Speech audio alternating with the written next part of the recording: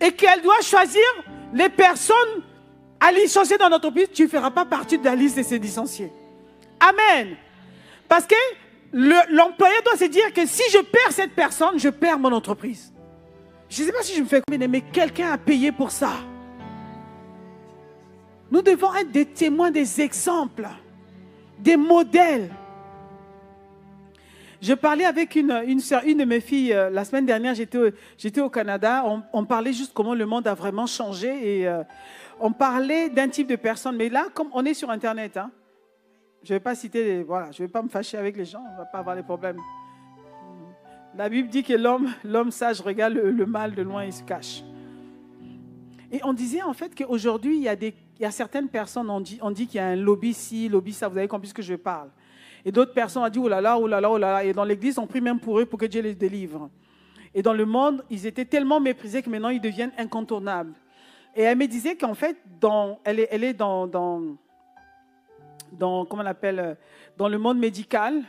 Et elle disait que dans l'hôpital où elle travaille, ces catégories de personnes-là, en fait, tu ne peux que les aimer, en fait. Ils sont tellement diligents. Mais je vous dis diligents.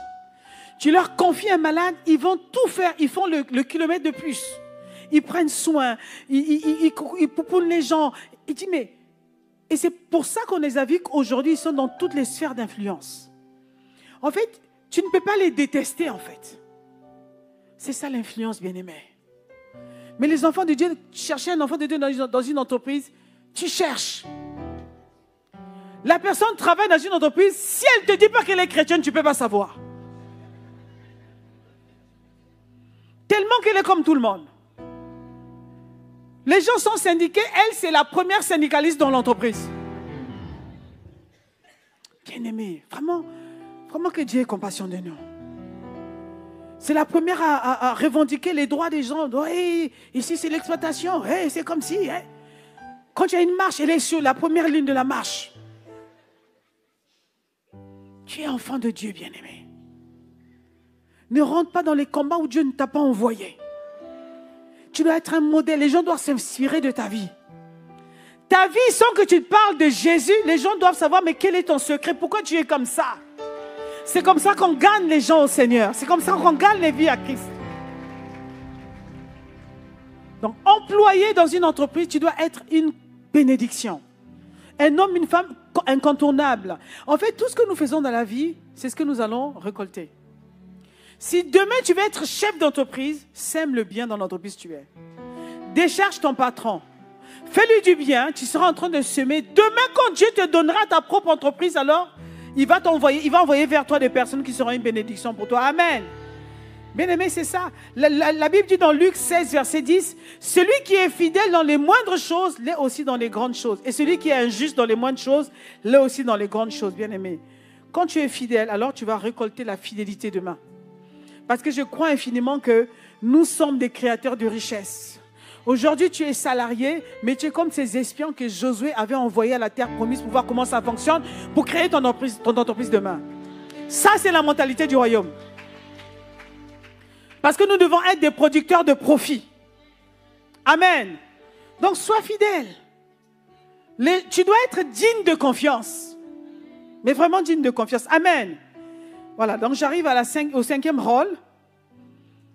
Cinquième rôle, c'est que tu es la fille d'une famille. Tu as des parents. Tu sors d'une famille. Donc tu dois te considérer fille d'une famille. Comment nommes-tu ta famille? Comment appelles-tu ta famille? Donc je dirais ici, tu es la fille d'une famille d'excellence. Oh oui, tu dois désirer cela. La manière dont tu appelles ta famille, c'est comme ça que tu vas faire en sorte que ta famille devienne. Hein, tu dois être comme Dieu qui appelle à l'existence ce qui n'existait pas, ce qui ne l'était pas. Amen. Tu es fille d'une famille. Ça veut dire que même quand tu es marié, tu dois, en tant que fille, la Bible dit que tu dois honorer ton père et ta mère.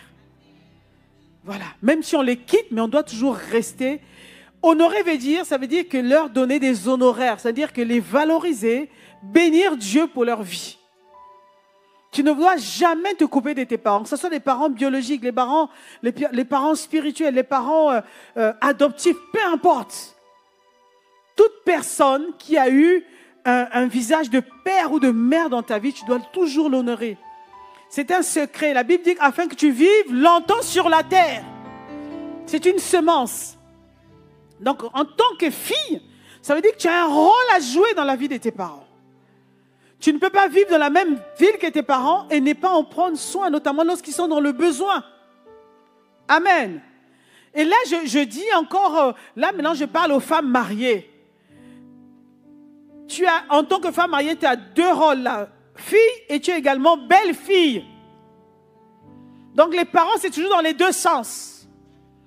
Tu ne dois pas juste prendre soin de tes parents à toi et pas les parents de ton conjoint.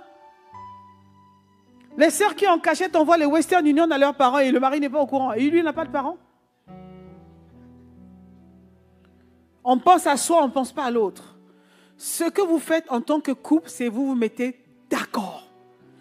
Quel assistant devons-nous porter à nos parents? Comment devons-nous les assister? Alors, tous les parents n'ont pas les mêmes besoins.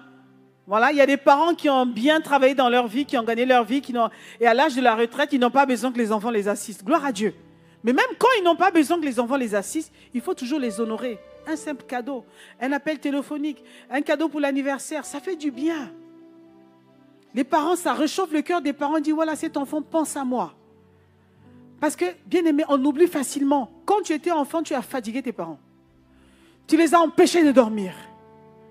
Ils ont changé tes couches, tu pleurais la nuit. Ils ont quand même travaillé, ils ont investi dans ta vie. Qu'ils ont été méchants ou pas, mais ils ont quand même fait quelque chose dans ta vie. Alors, en retour, honore-les. Ça, c'est un rôle qu'il ne faut pas négliger. Bien aimé, je vous donne ces rôles, parce qu'une fois que tu connais tous tes rôles, alors, tu auras une gestion de temps efficace. Tu seras moins stressé. Amen. C'est important de connaître ces rôles-là. C'est important de connaître ces rôles. Tu dois également valoriser ta belle famille. Tu es belle-fille d'une famille victorieuse, d'une famille de victoire. Quel que soit comment est ta belle famille, il ne faut pas dire ils sont comme ça. Gna, gna, gna. Non. Ils ont leur challenge, c'est vrai. Mais prie pour qu'elle soit victorieuse. Donc, ensemble avec ton mari, il faut valoriser les anniversaires des beaux-parents. Valoriser cela. Amen. Et pour finir, tu es une femme d'affaires engagée. Alléluia, on acclame le Seigneur. Tu es une femme d'affaires. Oh oui, tu es une femme d'affaires, bien-aimée. Tu es une femme d'affaires. Ah ouais. Même quand tu travailles, tu es une femme d'affaires, bien-aimée. Tu dois être productrice de richesse. Oh oui, n'attends pas tout de ton mari, bien-aimé. Tu dois être cette femme vertueuse. Lorsqu'on voit le mari aux portes, les gens célèbrent le mari à cause de cette femme.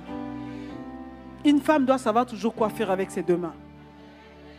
Tu ne dois toujours pas attendre ton salaire de fin de mois pour vivre de ça. Bien aimé, ce n'est pas suffisant. Ton salaire ne peut pas prendre soin de toi et ni de ta destinée. Donc tu dois toujours savoir comment produire de la richesse. Toujours. Amen. Tu dois avoir un business que tu développes. Est-ce que je parle à des femmes ce soir? Tu dois avoir un business que tu développes. Et nous, les femmes, nous sommes capables de beaucoup de choses. Si c'est de la vente, si c'est la promotion d'un produit bien aimé, tu dois travailler. Tu dois avoir... En fait, les business t'apportent comme un complément de revenus. Mais bien plus tard, ça peut être vraiment ta source principale de revenus. Mais n'oublie pas cela. Tu dois apporter quelque chose. Amen. Et le secret que je vais donner aux femmes qui entreprennent. La Bible dit dans le psaume 127, verset 2, « Enfin, vous vous levez... Vous, le matin, vous vous couchez tard et mangez-vous le pain de la douleur. Il en donne autant à ses bien-aimés pendant leur sommeil. » Je vais le dire dans la version parole de vie. Bien-aimés, écoutez ça, c'est très important. Il y a des personnes qui pensent qu'il faut travailler dur pour gagner son pain. Lorsque Dieu dit à l'homme, tu mangeras à la sueur de ton front, c'était une malédiction.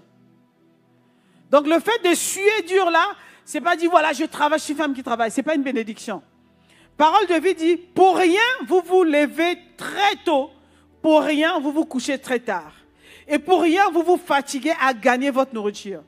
Le Seigneur en donne autant à son ami très cher pendant qu'il dort. Amen, acclame le Seigneur. Ça, c'est le secret des affaires. Ça veut dire quoi? Quand tu es une femme intime, Je suis une femme qui est un